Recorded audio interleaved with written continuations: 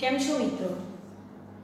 હવે આજે આપણે ચેપ્ટર નંબર 1 ના થોડા ઉદાહરણના દાખલા બાકી છે તેના તરફ જઈશું.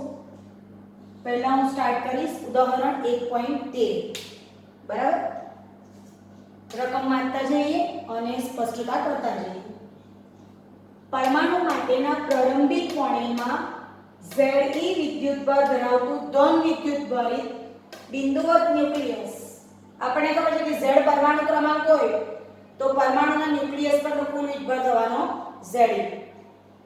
તેની આસપાસ આ ત્રિજ્યા સુધી નિયમિત ઘનતાના ઋણ વિદ્યુતભાર વડે ઘેરાયેલું છે. એટલે આ જે ન્યુક્લિયસ છે ને તેની અંદરનો કુલ વિદ્યુતભાર છે Ze જેટલો અને તે કેપિટલ R ત્રિજ્યા સુધી નિયમિત ઘનતાના ઋણ વિદ્યુતભાર વડે ઘેરાયેલું છે. આપણે અહીંયા બધે ઋણ દેખાય છે જુઓ.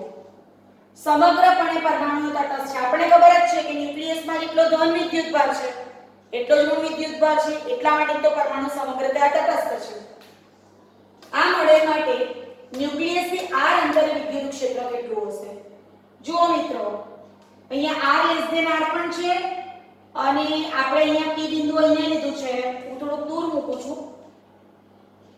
આ p બિંદુ તો r પણ છે. એટલે આપણે અંદરના વિસ્તારનો પણ શોધવાનું છે અને બહારના વિસ્તારનો પણ શોધવાનું છે. એટલે ફરીથી Z પરમાણુ ક્રમાંક ધરાવતું તત્વ છે. પરમાણુનો ન્યુક્લિયસ તો વિસ્ભાર છે Ze જેટલો અને કેપિટલ R ત્રિજ્યાના કવચ પર ઋણ વિદ્યુતભાર છે અને પરમાણુ સમગ્રતા તટસ્થ છે એટલે કે કુલ વિદ્યુતભાર છે 0. હવે આપણે અંદરના અને બહારના વિસ્તારના ક્ષેત્રની ગણતરી કરીશું. આકૃતિનું વર્ણન જે મેં કર્યું તે આકૃતિમાં આપેલા પરમાણુ મોડેલને અનુરૂપ વિદ્યુતભાર વિતરણ દેખાય છે કે અંદર ધન અને આ બાજુ ઋણ વિદ્યુતભાર. પરમાણુનું સમગ્ર વિદ્યુતભાર Ze તેના ન્યુક્લિયસ પર કેન્દ્રિત થયેલો રહ્યો અને તે બિંદુવત વિદ્યુતભાર તરીકે ગણી શકાય. બધું ઋણ વિદ્યુતભાર એટલે કે -Ze આ ત્રિજ્યાના ગોળાના નિયમિત કદ વિદ્યુતભાર ઘનતા ધરાવતા ગોળીય વિદ્યુતભાર વિતરણ તરીકે વિતરિત થયેલું છે. કેવળ એટલું માન્ય છે કે આ ત્રિજ્યાના ગોળા પર સતત રીતે q વિદ્યુતભાર વિતરિત છે. આ ત્રિજ્યાના ગોળામાં ઋણ વિદ્યુતભારની કદ ઘનતા રેખીય વિતરણ પૃષ્ઠ વિતરણની કદ વિતરણ ρ q/v જ્યાં v 4/3 πr q. ઋણ વિદ્યુતભાર છે ને એની પર એટલે -Ze/4/3 πr q. 3 ઉપર જશે એટલે ρ -3Ze/4πr q. અને આપણે સમીકરણ 1 આપીને બાજુ પર મૂકી દઈશું. હવે પરમાણુના કેન્દ્રથી r અંતરે અંદર પણ હોય બહાર પણ હોય p બિંદુ પાસે ક્ષેત્ર શોધવા માટે ગાઉસના નિયમનો ઉપયોગ કરીએ. યાદ રાખજો વિદ્યાર્થી મિત્રો, ER ની દિશા ત્રિજ્યાવર્તી હશે અને r અંતરે આવેલા બધા જ બિંદુ સમતુલ્ય એટલે બધા જ બિંદુ પર ક્ષેત્રનું મૂલ્ય કેવું થશે? અચળ થશે. હવે આપણે ગણતરી કરીશું. પહેલા લઉં છું r જે આપણે અહીંયા દેખાય છે આના કરતા નાનું છે. પહેલી પરિસ્થિતિ r ફ્લક્સની વિચારધારા પરથી phi =E.delta s પરથી Er.ds અને ગાઉસનો પ્રમેય phi q/ε0. હમણાં આપણે ચર્ચા કરી કે Er ની દિશા ત્રિજ્યાવર્તીની દરેક બિંદુએ સમાન. બીજું આપણે જાણીએ છીએ કે E અને ds સમાંતર હોય તો જ મહત્તમ ફ્લક્સ સંકળાય. એનો આપણે ઉપયોગ કરીએ. વિદ્યુત ક્ષેત્ર અચળ ds 4πr² q/ε0. અહીં આપણે Er ને સૂત્ર કરતા બનાવીએ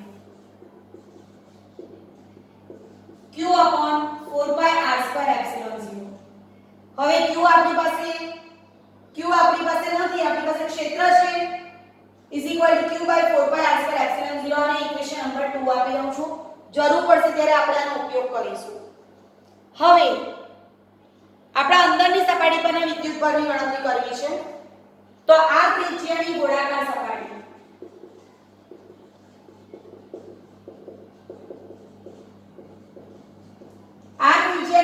સપાટી ની અંદરનો કુલ વિદ્યુતભાર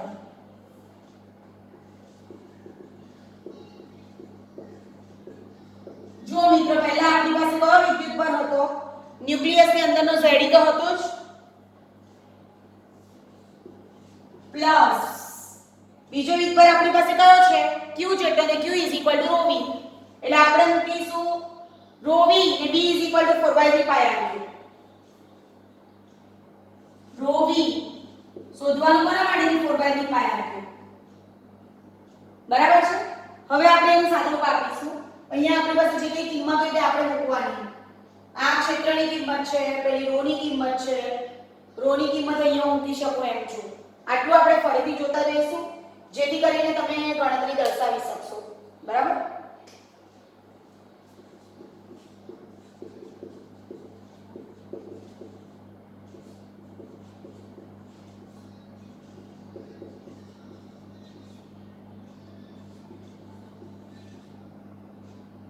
4 પાઈ ગયું ને 3 ની ગયું એટલે બાકી શું રહ્યું હું એને સાથે લખી દઉં છું પહેલા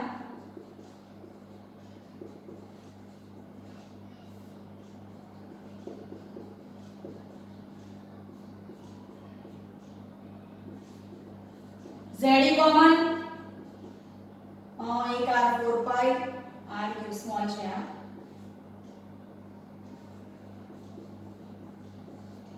આટલે સુધી મિત્રો આપણે ફરીથી જોઈ લઈશું સૌથી પહેલા આપણે અંદરના વિસ્તારની ગણતરી કરીએ છીએ r r માટે ρ q / e એકમ પદ દીઠ વિદ્યુત બળ q = -z અહીંયા આપણને જે દેખાય છે તે એટલે ρ z અને 4/3 pi r 3 ઉપર હશે -3z/4 pi r ઇક્વેશન 1 પરમાણુના કેન્દ્રથી r અંતરે p બિંદુ પાસે ક્ષેત્ર શોધવા માટે ગાઉસના નિયમનો ઉપયોગ કર્યો આગળ આપણે જ્યારે ઘણી બધી ગાઉસના પ્રમેયનો ઉપયોગ જોઈ ગયા ત્યારે ચર્ચા કરી ગયેલા કે વિદ્યુત ક્ષેત્રનું મૂલ્ય r જેટલા અંતરે બધે સમાન હોય ત્રિજ્યાવર્તી હોય એટલે phi ફ્લક્સ ત્રિજ્યા અને ગાઉસના નિયમનો ઉપયોગ કરીએ er 4 pi r2 ds q / epsilon 0 er બરાબર q upon 4 pi r2 epsilon 0 equation 2 આ ત્રિજ્યાની ગોળાકાર સપાટીની અંદર કુલ વિદ્યુત બળ q આટલો અંદર તો હતો જ પ્લસ ρv હવે એમાં આપણી પાસે ρ ની વેલ્યુ છે -3z/4 pi r3 બરાબર આવ્યું તો એ મૂકી દીધું એટલે બાકી રહી ગયું આટલું હવે આનાથી આ થોડુંક આગળ જોઈશું આપણે આ આપણને મળી ગયું q હવે સમીકરણ 1 જુઓ સમીકરણ 1 કરો સમીકરણ 2 જોઈએ સમીકરણ 2 નું સાદુરૂપ આપું છું અહીંયા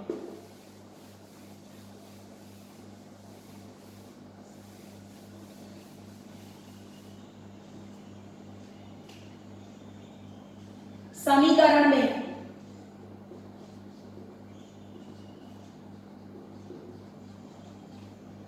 જો આપણી પાસે આના સમીકરણ 3 માં q છે એટલે એ q ને હું ત્યાં મૂકી શકું એમ છું એટલે હું q ને બાજુ પર લઈ લઉં છું અને અહીંયા લખું છું આની જગ્યાએ q ની જગ્યાએ આ મૂકું છું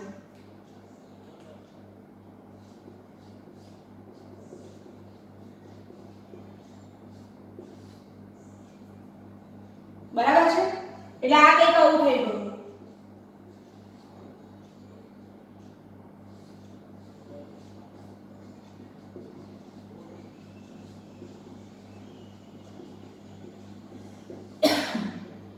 હવે આપણે કૌંસ છોડી કાઢીએ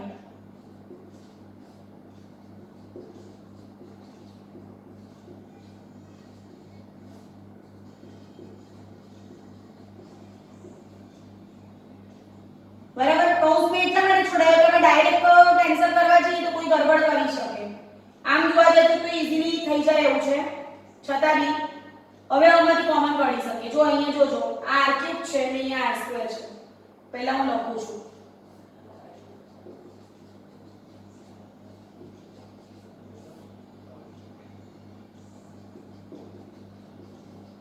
હવે કોમન કાઢીએ આટલું જ કોમન કાઢીએ હા એપ્સિલોન 0 તો બાકી શું રહ્યું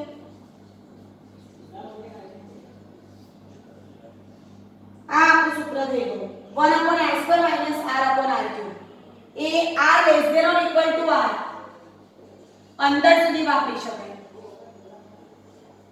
બરાબર છે આ અંદરના વિસ્તારનું ક્ષેત્ર આવી ગયું એટલે પહેલી એપ્લિકેશન આમાં પતી ગઈ હવે r ગ્રેટર ધેન r માટે જોઈએ એટલે કે બહારના વિસ્તારનું ક્ષેત્ર તમારે શોધવું હોય તો શું થાય પૃષ્ઠનો બધો જ વિદ્યુતભાર બહારનો પણ અંદર આવી જાય અને બહારનો -Ze જો અંદર આવી જાય તો -Ze + Ze = 0 થઈ જાય ખ્યાલ આવે છે એટલે r ગ્રેટર ધેન r એટલે કે બહારના બિંદુ પરનું ક્ષેત્ર જોવું હોય તો શું કરવું પડે આપણે આ ત્રિજ્યા પર ઋણ વિદ્યુતભાર વિતરિત થયેલો છે બહારના વિસ્તારમાં p બિંદુ વિચારી અને તેના પર વિદ્યુત ક્ષેત્રની ગણતરી કરવી પડે હવે તમે વિચાર કરો કે બહારના વિસ્તાર પર ગણતરી કરવા માટે આપણે તંત્રનો કુલ વિદ્યુતભાર ગણતરીમાં લઈએ તો Ze + Ze હતો -Ze વિતરિત છે બંનેનો સરવાળો કરીએ તો કુલ વીજભાર થઈ જાય 0 અને કુલ વીજભાર જો 0 થઈ જાય તો પછી ક્ષેત્ર પણ 0 થઈ જાય તો તે વખતે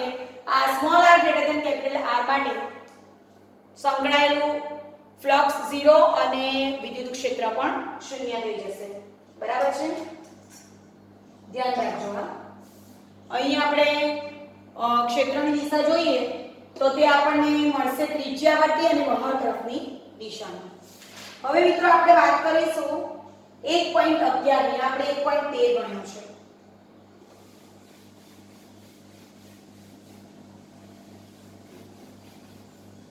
થોડોક સમજવા જેવો દાખલો હતો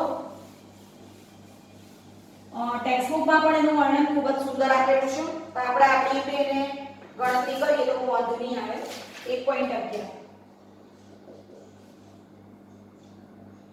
તમને આકૃતિ આપેલી છે આકૃતિમાં વિદ્યુત ક્ષેત્રના ઘટકો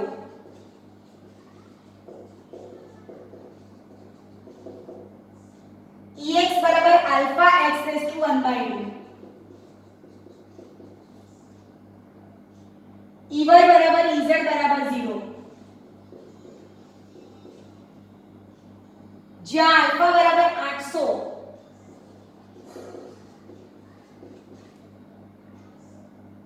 ન્યૂટન પર કુલમ m raised to 1/2 એટલે જો આવું છે આનો ન્યૂટન પર કુલમ અને આને લઈ લઈએ તો m raised to -1/2 આવવું જોઈએ જોઈ લઈએ આપણે એટલે આ છેદમાં છે હું અહીંયા ઉપર મૂક્યું છે તો માઈનસ કરું છું ઘનમાંથી ફ્લક્સ અને પહેલું પૂછ્યું છે ઘનમાંથી ફ્લક્સ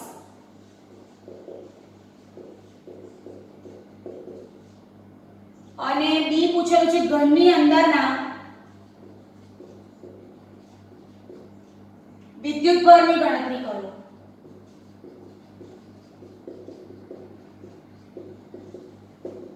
A બરાબર 0.1 મીટર ધારો હવે આકૃતિ આપણને આપી છે તે પ્રમાણે આપણે આકૃતિ દોરી લઈએ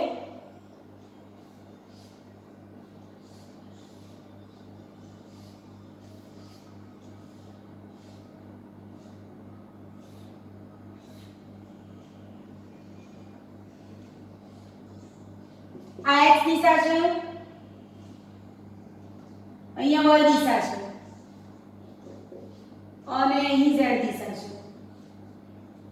અહીંયા એ અંતર આપ્યું છે અને પણ એ અંતર આપ્યું છે આ પણ એટલે પ્રત્યેક બાજુની લંબાઈ પણ એ જ આપી છે અહીંયા લખ્યું છે nl કેરેટ અને અહીંયા લખ્યું છે nr કેરેટ એટલે એની એક દિશામાં એ બિંદુની દિશામાં એકમ સદિશ છે બાજુ તો એક છે હવે બે બાજુ છાयांकित કરી છે એટલે શેડેડ બતાવેલી છે એમ કહેવા માંગે છે બરાબર હવે આપણે વાંચતા જઈએ અને ગણતરી કરતા જઈએ આકૃતિમાં વિદ્યુત ક્ષેત્રના ઘટકો Ex બરાબર alpha x raised to 1/2 Ey બરાબર Ez બરાબર 0 એટલે આના પરથી એટલું સ્પષ્ટ થાય છે કે વિદ્યુત ક્ષેત્રના y અને z ઘટકો અસ્તિત્વમાં નથી માત્ર વિદ્યુત ક્ષેત્ર આપણને x દિશાનું આપેલું છે એટલે હું અહીં લખી દઉં છું આપેલું વિદ્યુત ક્ષેત્ર x દિશાનું છે અથવા માત્ર x દિશાનું છે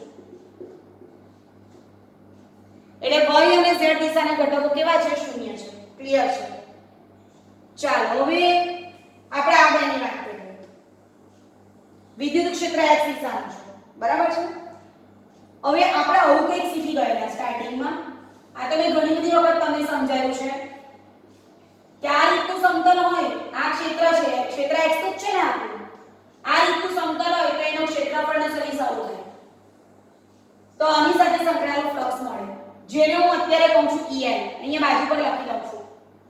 કારણ કે એનો ક્ષેત્રફળનો સદિશ પણ એક થવાનો ને આ ક્ષેત્ર અને ક્ષેત્રફળનો સદિશ આ દિશાનો θ = 180 ક્ષેત્ર આમનું ડેલ્ટા S આમનું તો આ બંને વચ્ચેનો ખૂણો 180 થયો ને એટલે ફ્લક્સ મળવાનું કારણ કે cos 180 - 1 અને આની વાત કરીએ તો આ ક્ષેત્ર આમનું જ છે પૃષ્ઠખંડનો સદિશ આમનો જ છે એટલે અહીંયા પણ ER તો મળવાનું cos 01 ટૂંકમાં આનું મળશે પણ હવે આનો વિચાર કરો આ વેલ્યુ હું અહીંયા લખું છું 1 2 3 ને 4 તો પહેલે અને બીજી જે છાयांકિત છે જે શેડેડ છે તેના માટે આપણને ક્ષેત્ર મળશે પણ 3 અને 4 જે સમાંતર છે તે કઈક આવી પરિસ્થિતિ બને છે એના માટે મિત્રો એનો પૃષ્ઠખંડનો સદિશ આમ થશે એટલે cos 90 0 થશે તો 3 અને 4 બાજુમાંથી ફ્લક્સ આપણને મળી શકશે નહીં ટૂંકમાં 1 2 3 4 માંથી પહેલા અને બીજાનું મળશે કારણ કે એમાં E અને DS સમાંતર છે પણ ત્રીજા અને ચોથા સાથે સંકળાયેલું ફ્લક્સ મળી શકશે નહીં હવે આપણે ગણતરી કરીશું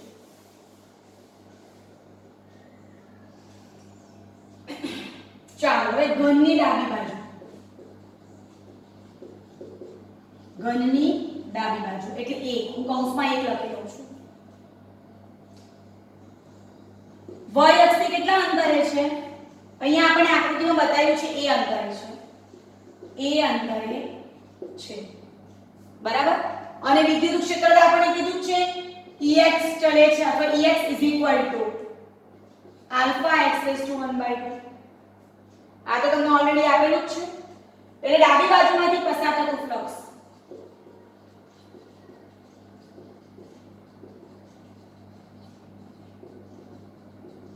L બિંદુ કીધું ચલો phi L લખું છું phi L =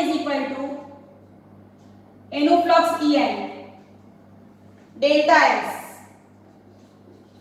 EL dot delta S ને મેં તમને અત્યારે કીધું ને કે આ ક્ષેત્ર અને આ પૃષ્ઠખંડ તો બંને વચ્ચેનો ખૂણો 180 cos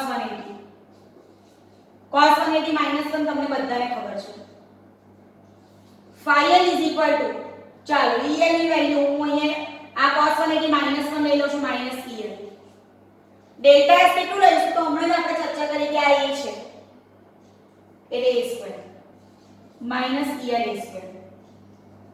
પણ એની વેલ્યુ શું છે α(x⁴1/2) અને a બરાબર 0.1 મીટર આપ્યું છે માઈનસ આ a² તો છે જ EL ની જગ્યાએ a⁴1/2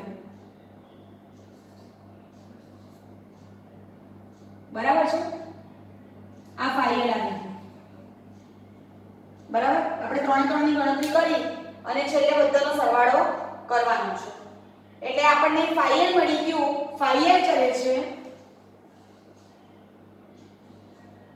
a² અને √a સમીકરણ નંબર 1 ચાલો હવે જમણી બાજુની વાત આવે તો જમણી બાજુનું જે ઘનની જમણી બાજુ છે એ કેટલા અંતરે છે y અક્ષથી તો જો a + a એટલે કે 2a બરાબર બીજો મુદ્દો ઘનની જમણી બાજુ y અક્ષથી 2a અંતરે છે માટે phi આ કીધું છે ને અહીંયા -ER ડોટ ડેલ્ટા S હમણાં જ આપણે ચર્ચા કરી કે આ બાજુનું ક્ષેત્ર અને એક બાજુનો પૃષ્ઠખંડ એટલે cos 01 phi R = ER delta S એટલે 2a² બરાબર છે એટલે ER = તો આપણે આગળ મૂકું તે પ્રમાણે લેવાનું છે a² ની જગ્યાએ a². એક minute phi R = ER dot delta S હવે ER ની જગ્યાએ શું છે આપણી પાસે x⁴1/2 x = a એટલે a⁴1/2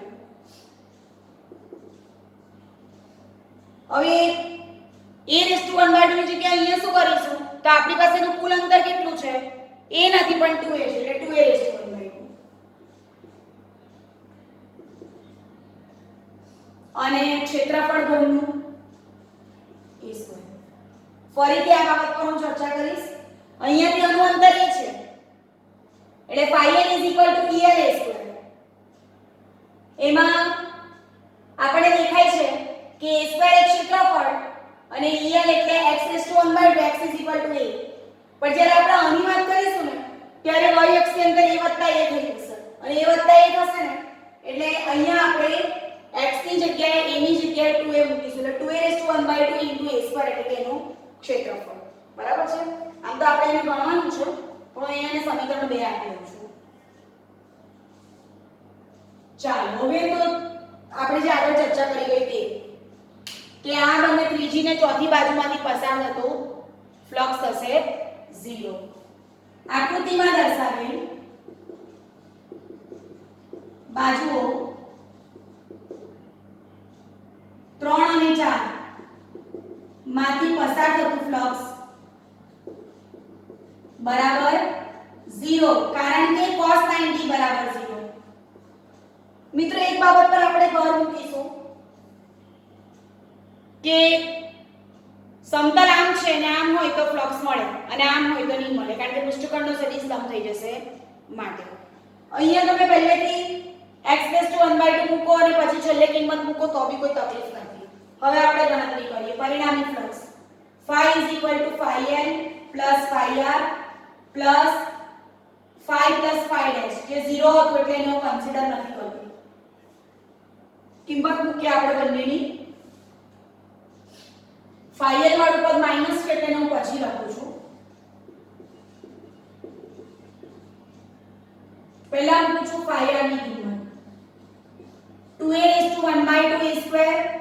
minus a⁴ a². હવે આપણે જે રીતના આન્સર આપ્યો હોય તે રીતના આપણે એને એડજસ્ટ કરવાનો પ્રયત્ન કરીશું. આમ તો સાદું હોય છે તમે જે રીતના મૂકો તે. આને અહીંયા લઈ લઉં છું √2 a⁴ a² minus a² a⁴ a⁴ plus 2 a⁴ plus 2 એટલે કેટલા? એને કોમન કરી લઈએ ને અડી √2 minus 1 a⁵/2 √2 એટલે 1.414 minus 1.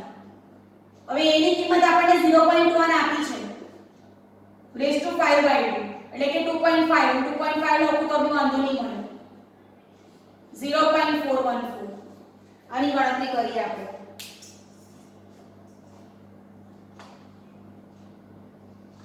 મિત્રો આ બધામાં આપણે એક વસ્તુ આલ્ફા લેવાનું ભૂલી ગયા છે. કેમ ભૂલી ગયા? તો જુઓ ex માં આલ્ફા છે એટલે આલ્ફા આપણે બધી જગ્યાએ મૂકવું પડશે.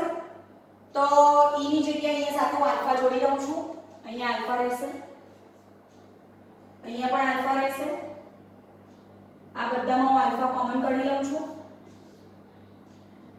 આલ્ફા આલ્ફા અહીંયા પણ આલ્ફા અહીંયા પણ આલ્ફા. બરાબર? એટલે આ થઈ ગયું આલ્ફા a⁵ 2 + 1/2 √2 - 1. શા માટે? આલ્ફાની વેલ્યુ આપણને આપી છે 800.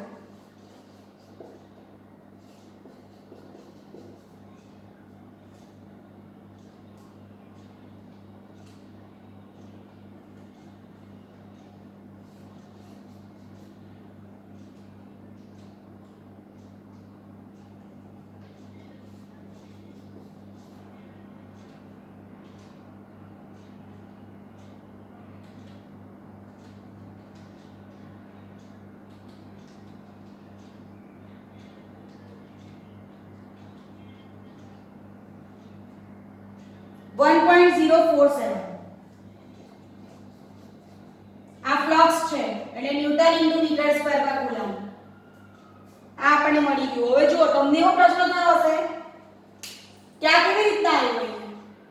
π/2 નું શું કર્યું? તો π/2 એટલે 2 + 1/2 એટલે એ બે આખા અને એક વર્ગમૂળ. હવે આ તમામ ગણતરીને અહીંયા જરાક આપણે આલ્ફા ભૂલી ગયેલા એટલે હું ફરીથી ગણીશ. બધા અહીંયા ધ્યાન આપે. ડાબી બાજુમાંથી પસાર થતો flux phi l = EL ΔS cos 180. બરાબર છે? અહીંથી આપણે સ્ટાર્ટ કરીશું.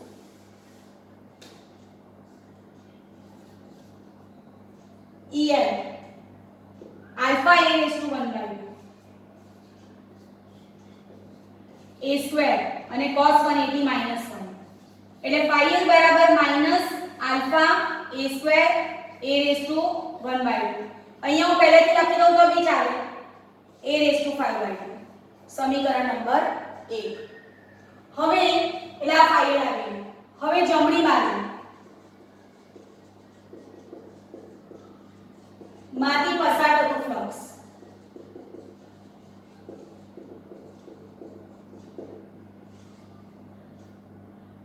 phi r બરાબર આલ્ફા a સ્ક્વેર તો કરું જ 2a is to 1 by 2 ખ્યાલ આવ્યો ને ક્ષેત્રફળ તો બંનેમાં એ લેવાનું છે અમારે એક અંતર આ ડિસ્ટન્સ એ છે પહેલા સમતલનો એથી અંતર અમાર 2a તો આનું અંતર જો એ વત્તા એટલે 2a એટલે 2a is to 1 by 2 અમાર cos 180 માઈનસ હતો અહીંયા cos 01 છે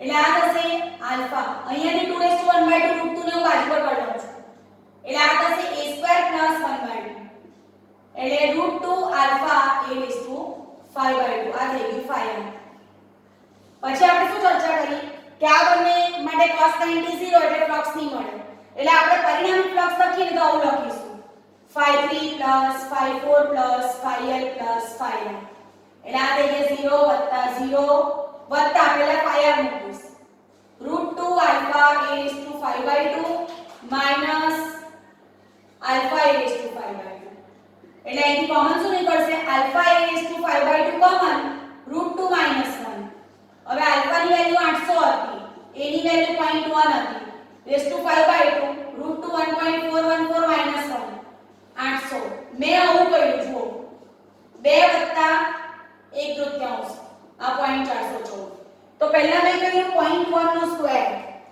એટલે 0.01 આ એક્ચ્યુઅલી આવું થશે ને 0.1 નો સ્ક્વેર અને 0.1 નો રૂટ ઇન્ટુ 0.414 તો પહેલા હું 0.1 નો રૂટ કરું છું તો એ આવે છે 0.3162 into 0.01 into 800 into 0.414 તો આવે છે 1.047 ન્યૂટન into મીટર સ્ક્વેર પર coulomb is approximately 1.05 newton into metre square પર કુલમ આ ફ્લક્સ આવી ગયું મિત્રો હવે બીજો પ્રશ્ન પૂછે છે ઘનની અંદરના વિદ્યુત બળની ગણતરી કરો phi is equal to q by epsilon 0 that implies q is equal to phi epsilon 0 phi આપણે હમણાં શોધી કાઢ્યું 1.05 into 8.85 into 10 raised to minus 12 એટલે આપણને જે મળ્યું છે તેની સાથે આપણે ગુણી કાઢીએ 8.85 9.269 9.27 into 10 raised to minus 12 coulomb આટલો વિદ્યુત બળ સંગ્રહાશે બરાબર છે -12 એટલે પીકો પણ આપણે કહી શકીએ એને વાંધો નહીં આવશે ચાલો હવે 1.12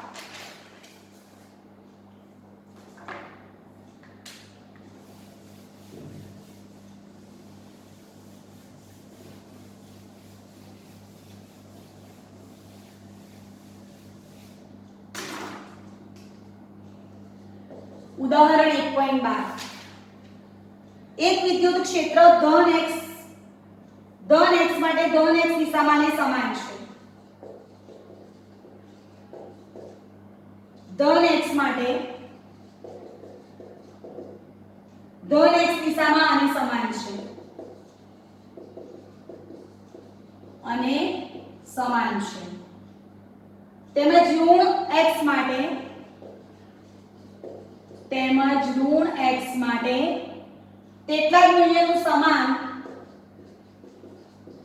તેટલા જ મૂલ્યનું સમાન અને ઋણ x દિશામાં છે x greater than 0 માટે E બરાબર 200 I કેપ ન્યૂટન પર કુલમ અને x less than 0 માટે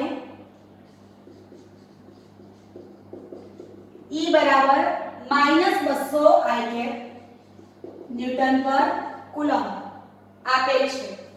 રકમ ઘણી લાંબી છે. 20 સેન્ટીમીટર લંબાઈ અને 5 સેન્ટીમીટર ત્રિજ્યા. 20 સેન્ટીમીટર લંબાઈ અને 5 સેન્ટીમીટર ત્રિજ્યા ના નળાકારનું કેન્દ્ર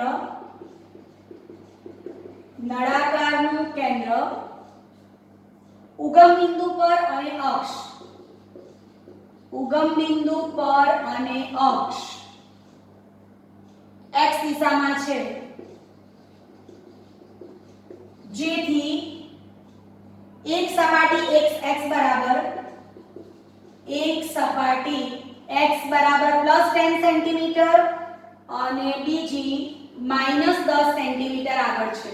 હવે આકૃતિમાં આપેલું છે દરેક સપાટ બાજુમાંથી બહાર આવતું ફ્લક્સ કેટલું. દરેક સપાટ બાજુમાંથી એ હું લખું છું. દરેક સપાટ બાજુમાંથી બહાર આવતું ફ્લક્સ એટલે આગળ કહ્યું ને લંબ હોય તો 0 ને સમાંતર હોય તો મળે તે એક રીતના કરીશું. નળાકારની વક્ર બાજુમાંથી બહાર આવતું ફ્લક્સ કેટલું. નળાકારની વક્ર બાજુમાંથી બહાર આવતું ફ્લક્સ. નળાકારમાંથી બહાર આવતું કુલ ફ્લક્સ એટલે સરવાળો. નળાકારમાંથી બહાર આવતું કુલ ફ્લક્સ અને નળાકારની અંદર કુલ વિદ્યુતભાર કેટલો એટલે આગળ કર્યું તેવું નળાકારમાં કુલ વિદ્યુતભાર. ચાલો હવે આકૃતિ આપી છે તે પ્રમાણે આપણે દોરીએ.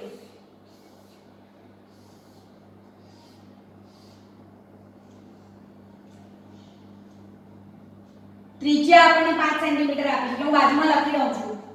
5 સેન્ટીમીટર એટલે 5 × 10⁻² મીટર. અહીંયા માત્ર r લખું છું.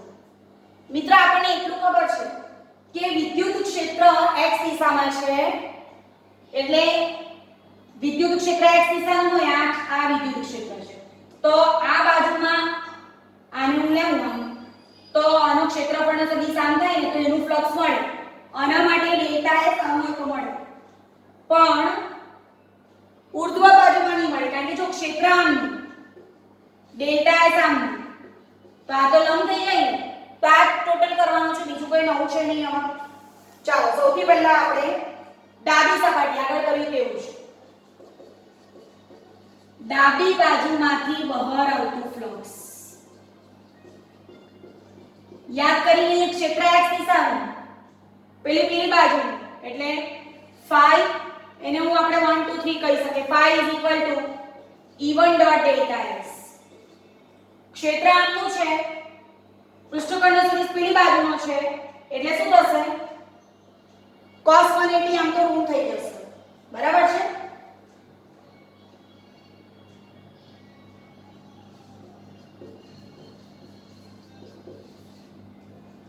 મિત્રો અહીંયા આપણે એક વાક્ય કીધેલું છે દરેક સપાટ બાજુમાંથી બહાર આવતું ફ્લક્સ કેટલું. બરાબર છે એટલે આપણે એ ગણવું પડશે. ચાલો હવે E ની કિંમત કેટલી આપણને આપેલી છે 200 I. ડેલ્ટા s નું ક્ષેત્રફળ શું થશે પાય r² cos 180 - 1. વાક્ય રચના વાંચો. ઋણ x માટે તેટલા જ મૂલ્યનું સામાન્ય ઋણ દિશામાં માઈનસ માઈનસ પ્લસ. બરાબર. I કેપ જો હું અહીંયા cos 180 - 1 મૂકો તો હું I નહીં મૂકીશ અને મારે જો કિંમત મૂકવી તો આવું કરીશ. E ની વેલ્યુ છે -200 I cap pi r² I cap. અથવા તો હું આવું કરીશ -200 * પાય r² cos 180 એટલે -1 એટલે માઈનસ માઈનસ પ્લસ એટલે -200 * 3.14 ગુણ્યા ડાયરેક્ટ સ્ક્વેર મૂકું 25 * 10⁻⁴ આની ગણતરી કરું છું. 200 ના 2 મીંડા હું અનિશ્ચિત લઈ આવું છું. 25 × 50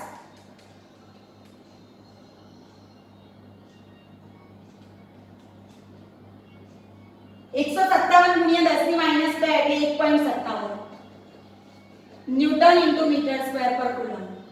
બરાબર. હવે જમણી બાજુની ગણતરી કરીએ આ જ રીતના. એટલે ધન બાજુ આવી ગઈ. ધન બાજુ આવી ગઈ એટલે શું થશે પ્લસ જ થશે. જમણી બાજુમાંથી બહાર આવતું ફ્લક્સ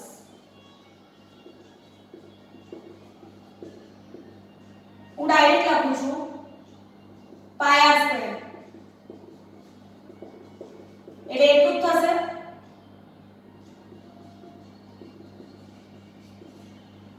હવે આ બાજુમાંથી તો ફ્લક્સની ગણતરીનો કોઈ પ્રશ્ન જ નથી આવતો કારણ કે cos 90 0 છે એટલા માટે, એટલે આને આપણે ગણીશું નહીં. નળાકારની અને 2 નંબર આપું છું. નળાકારની વક્ર સપાટી ના કોઈપણ બિંદુ માટે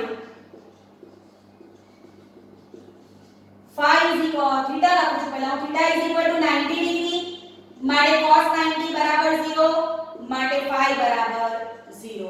હવે કુલ ફ્લક્સ phi = phi1 phi2 અને phi ડેશ કહું છું. phi1 1.57 1.57 0 બરાબર છે, એટલે એ થશે 3.14 ન્યૂટન